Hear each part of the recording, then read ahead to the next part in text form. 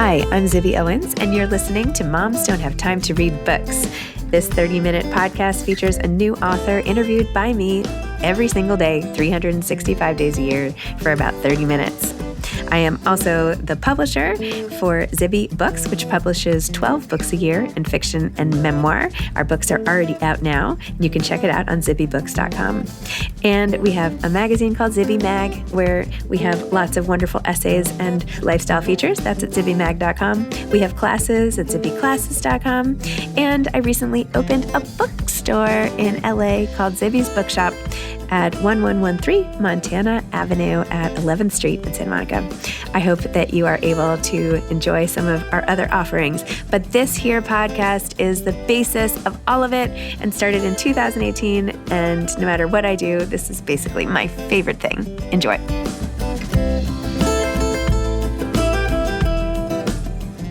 Madelaine Lucas is the author of Thirst for Salt, a novel. She's also a senior editor of Noon. Born in 1990, she was raised in Melbourne and Sydney as the daughter of a visual artist and a rock and roll musician.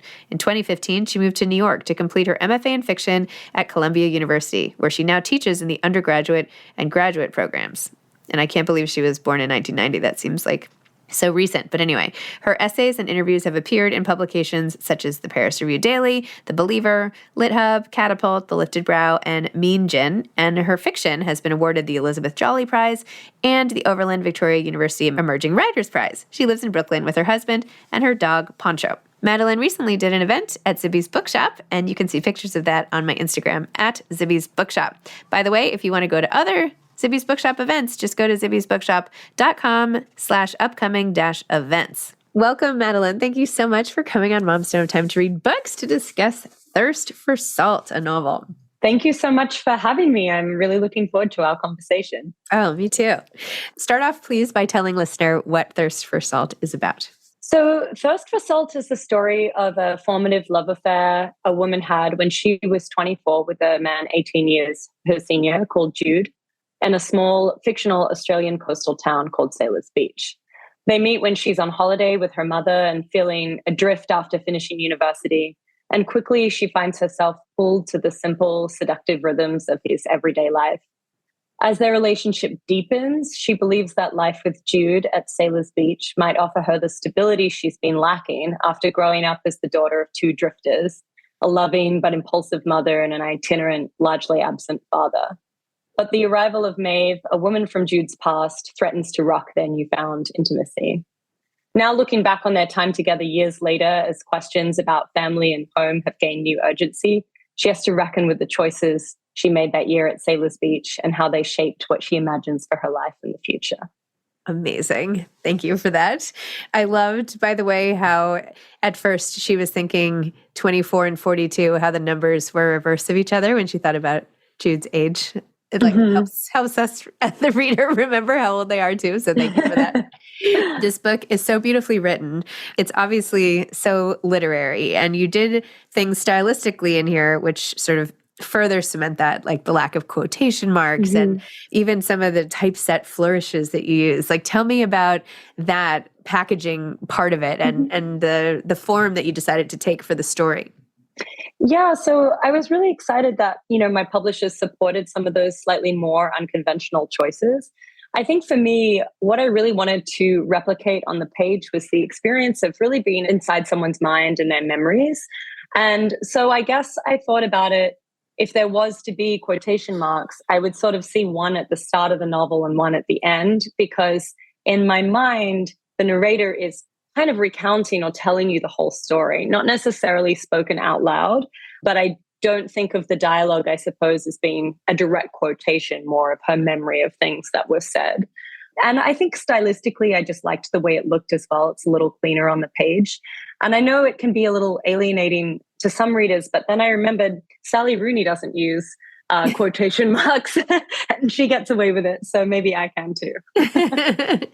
And tell me, how did you come up with this character, Jude, and their whole relationship? And like, what was it that excited you about writing about this over time? And also, did you consider writing it not looking back from later, but having it just happen and then fast forwarding at the end?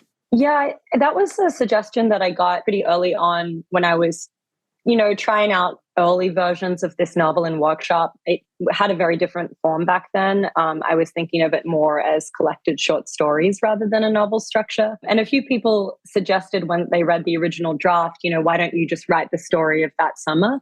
But for me, the narrative distance was always super important to the telling of the story. I think as a writer and as a person, I'm just much more at home in the past tense. Uh-huh. And, one of the reasons I think I write in the first place is because I don't really understand how I feel about something in the heat of the moment. It's only through looking back and through writing it that I feel like I can kind of untangle some of those feelings or emotions. And I also think that, especially in terms of relationships, we don't really know necessarily how formative they're going to be until afterwards. And I really wanted to see what it would be like for this narrator to look back on that experience that she had when she was, in her middle 20s, now being closer to Jude's age, and how her perspective on that dynamic would have changed. And I also think that, one of the feelings that I really wanted to create in the novel was this sense of longing, both for a person and for a place and a time in your life that's no longer accessible.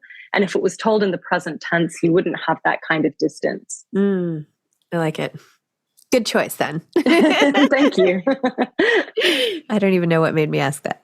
I love hearing about why people make all the choices that they do, because there's always a reason. How involved were you in the cover? And because this cover is so perfect for this book. Thank you. I love the cover so much. It was Beth Steidel at Tin House that came up with the design. It took a couple of rounds for us to get there, but I'm so happy with how we ended up. And I think, my editor said to me early on in the process, I don't think any author is ever ready to see their cover, no matter whether it's good or they're bad or they love it or they hate it or however they come to feel about it. And I think she's right, because it's really the first moment that you see your book as like a product that exists outside of your vision for it. And a book cover has all sorts of different aims, but I'm so happy with where it ended up. And I love this idea of like a woman being alone in the water, because that's such a big theme of the novel too. Totally. Yes, it's amazing. What do we think about relationships that take place across big age gaps? I mean, this is something, a modern trope that is used all the time. Not all the time, but it happens. And my grandfather's second wife was younger than my mom. So there are lots of relationships across time. And what do you think some of the pitfalls or some of the, I don't know, what should we take away from their relationship about sort of big gaps? Yeah, I suppose one of the things I wanted to do in the novel is kind of resist coming out as for or against, or this is problematic or it's not problematic, and just kind of wade into some of those complications that can happen when there's a gap between ages. And I think you're right. I think it is like a familiar trope or a cliche. And that's part of the reason I wanted to investigate it, because I think cliches exist for a reason. These are patterns that happen. But I felt like I could bring maybe a little bit more nuance to this relationship than I'd seen portrayed otherwise. I think particularly in pop culture, if we look at the age gap between a young woman and an older man, it's often told from his perspective, right? And it's his desire for her that drives the narrative. And so for me, I think the question of like, what is this younger woman looking for in Jude, in this older man, that was kind of more interesting to me. And yeah, I just wanted to show the ways that she can also have agency, that she might also be teaching things to him or reminding him of things that he's forgotten at that point in her life. So yeah, I think in a lot of ways, I just kind of wanted to wade in and ask those questions rather than answer them. Wade in is a good, analogy for this book too. Yes, no pun intended. But yeah. Would you mind if I read a passage or two that I thought were like really beautiful? Please, of course. I would love that. So one is how you described somebody, because I don't know, I've tried to write fiction. I find it like impossible to describe something that I have in my head and like get it down on the page. And I felt like you did such a good job. And then just across the page, you write about a description, which also was beautiful. So anyway, just 2 paragraphs. First you wrote, "But how old exactly? I'd never been a good guesser of ages, and I could no longer easily recall the way I saw him as a stranger. His face would become more familiar to me than my own father's, the crease between his brows that reminded me of a cowboy in an old movie. bump on the bridge of his nose where it might once have been broken, though that day as he stood in front of me, wet hair wilting the collar of his shirt, patch of damp above his breast pocket like an ink stain, I couldn't guess how. A drunken fall, a fist fight, some feat of athletics long ago. He was handsome, though not in the way I imagined he would have been when he was younger. Burned out look around the eyes, deep set and slate that day, though I'd learned in time that they were changeable, like moods, like weather. Oh, that was so good. Thank you. Then just one more passage about the beach.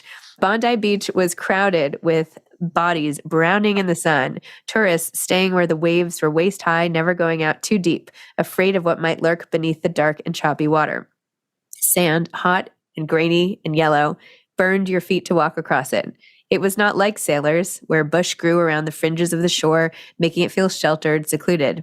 Down south, the sand was soft and white as baker's sugar, and you could scoop up handfuls of seawater, pool it in your cupped palms, and watch it run clear as it slipped through your fingers.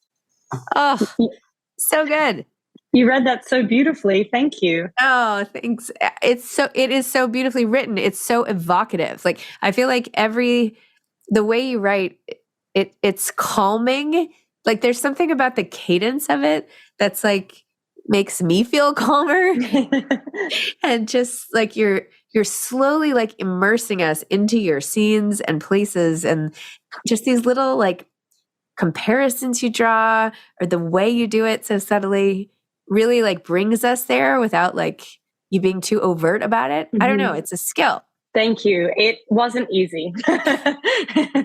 It definitely took a lot of time and a lot of revision of trying to get that balance right, trying to allow the prose to kind of feel immersive, but also not dragging or too indulgent either with description. Yeah, something I was thinking about a lot in the novel is, the idea of desire. And I kind of wanted to capture this, on one hand, an ambient sense of desire for like the life not lived, because I think that's so much of a part of who we are too, like the choices that we don't make in our lives, and they can be just as formative as the choices we do make. But then on the other hand, kind of wanting to snap into these moments that would feel really visceral and alive and present. And part of the way I, tried to do that was through the descriptions of the landscape, to just try and bring the reader into those scenes and into that place. I love it. I would like to go there. He made it up. Well, it is based on a real town. A lot of Sailors Beach is drawn from the south coast area of New South Wales, the Jervis Bay region. And it is that gorgeous. The sand is white, the water is turquoise, and the best places do feel really secluded and private and empty. It's less and less that way now, which is partly why I gave the town a fictional name. It gave me a bit more flexibility. The specific beach I had in mind, Himes Beach, is now a very kind of popular, wealthy tourist destination. And it's changed a lot from how I remember it from when I was a child. I literally, yesterday, Tracy Cox, who hosts one of our shows, and I used to host a show with her. But anyway, she posted this a place that sounds a lot like what you were describing. She said where it was. But anyway, I literally wrote back and I was like, where are you? I'm getting on a plane. Like, I have to be where you are. It is the most gorgeous place. So, Australia is a little too far to hop over and go to, but it sounded just amazing. I really liked the depiction of what is your main character's name? I'm sorry, I always forget names. She's actually anonymous, so that's great. Good, great. Thank you for sparing me that. Well, I like the anonymous character's relationship with her mom and how, like, her de facto and the closeness to her mom and the things that they understand about each other and don't, and all of that. Tell me about that relationship and how it was writing that, and just all about that. Yeah, I'm so glad that came through, because even though, there is this kind of central love affair at the core of the novel, I really did want it to grapple with many different kinds of love. And the narrator's relationship with her mother is, one of the most important versions of that. And, in a lot of ways, I think of the novel as being a kind of very specific kind of female coming of age story. And I think so much of coming of age as a young woman and the choices you make are really influenced by the choices you saw your mother make, whether you're trying to choose actively against them or you're trying to emulate them. I don't know. I just feel like it's always kind of in conversation with your mother and her life, especially when it comes to her relationships with men or, her decision to have children and things like that. So, yeah, I did in a lot of ways see the narrator's relationship with her mom in some ways be more central to her relationship with Jude. And part of that as well is that the narrator was raised until she was 12 as the only child of a single mother. And I think that also affects the dynamic. You end up taking on different roles for each other. And part of that is based on my experience too, growing up for many years, as the daughter of a single mother, and how you form a kind of special closeness, I think. And then you had a sibling, or what happened then? Yes, two younger half brothers. Interesting. My narrator has one younger half brother. I couldn't quite manage to. I didn't have space for that many characters. And I read in your bio you have a rock and roll musician father. That's right. Yeah. And what was that like? Or were they divorced? Is that why you were had a single mom? Or, Yeah. My parents, like my narrators, separated when I was very young, and we moved around a lot when I was growing up. So a lot of this novel is not autobiographical at all, but there are elements drawn from my own childhood, especially what it was like to sort of grow up with creative, somewhat transient parents. But my dad is great. He's actually, the opposite of a cliche rock and roll dad. He was very hands-on when I was growing up. He's an amazing cook. He cooks like an English grandmother. I don't know. I think growing up the way that I did definitely taught me that people are always full of, more complexity than you'd imagine. Wait, I've never heard somebody to be described as cooking like an English grandmother. What does that even mean? What does an English grandmother cook like? I'm like thinking porridge or something when you say that. Like Sunday roasts.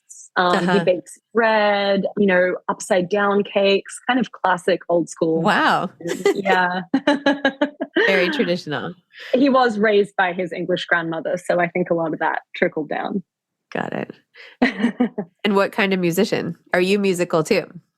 Yeah, for most of my early 20s, before I started focusing on writing, I was in a band with my now husband. We played a lot in Sydney, and that was really my main focus. My dad is a punk rock musician. My music was very different. It was much more folk country singer-songwriter. And I love playing music. It's such a big part of who I am. But I think that at a certain point, in my mid-20s, when I was kind of having a similar reckoning to my narrator of, how am I supposed to survive in the world outside the institutions of family or university, I realized that I wanted still a creative life, but maybe one with just a touch more stability than I had grown up with. And so my incredible solution to that was to go and get an MFA in creative writing, which now seems hilarious to me that was my, stable pathway. That's really funny. Yeah. Yeah. I like stability. I think I'm going to be a writer. Yeah. I think it's a real testament to the way that I grew up that seemed like the sensible choice. Yeah. Interesting. That's awesome. There are so many authors who have the music gene. Writing is such a creative act in and of itself, right? It is art that writers create. It's just another form of it. So I've been finding lots of cross sections or overlaps. I remember a long time ago, my former mother-in-law said, well, you don't just write, you must do something else that's creative. And I was like, no, I can't paint, I can't draw. And she's like, there must be something. And I was like, well, I love photography. And she's like, well, there you go.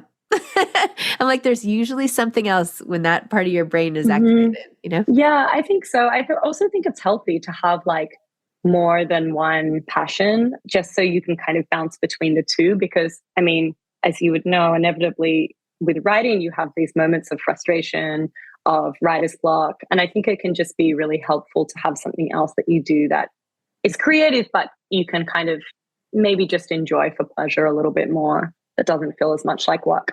Were you the singer in the band? Yes. Oh, did you have an album or anything? We have a couple of things lurking online on Bandcamp, but this was kind of in the pre-Spotify days. So there isn't too much of a internet trail, really. Okay. What was your band called? Devotional.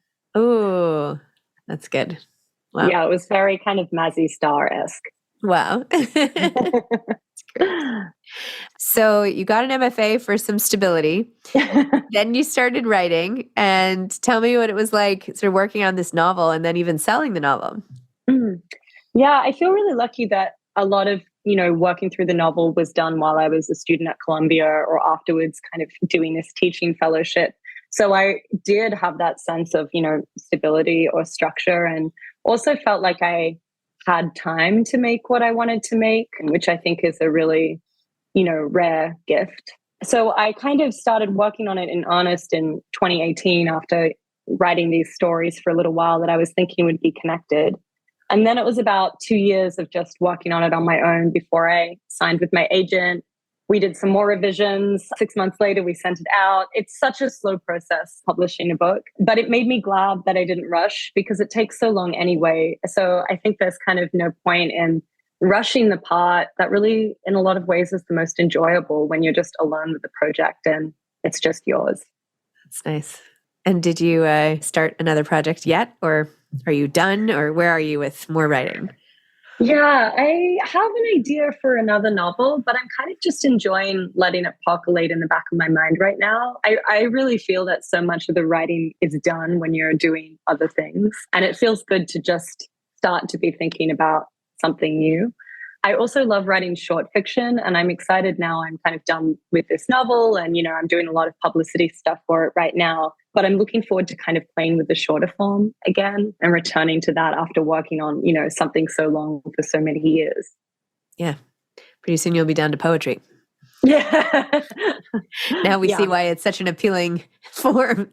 Yeah, just like whittling it down slower and slower. Yeah. You're like, I can accomplish this in an afternoon and then just publish it. There it is. Very rewarding. So what are some of the books that you love or have loved in the past or are reading now? Yeah, it's such a great question. And I feel like, inevitably, like my mind goes blank whenever anyone asks me. I know, I'm sorry. I always do that too. But I can tell you for sure some favorites that I've returned to, during the process of working on Thirst for Salt. I loved The Friend by Sigrid Nunez. We were talking about dogs just before this call got started. There's an important dog character in Thirst for Salt too. And I think it's such a beautiful book. And even though its themes are quite heavy in terms of grief and suicide, I do find it really affirming and comforting to read because I think it's a reminder that there's always something to be gained from love, even if it inevitably risks, there's a risk of loss. I also loved Marilyn Robinson's Housekeeping. That was another big influence on Thirst for Salt, the way that she thinks about absence and transience and how that can shape the way someone inhabits a home. I also love this book called Territory of Light by Yuko Tsushima, which was a Japanese writer, originally kind of publishing in the 70s, I think, but only recently translated into English. And it's such a beautiful book about a woman and her young daughter in the aftermath of a divorce and their kind of very circumscribed day-to-day life in their apartment in Tokyo.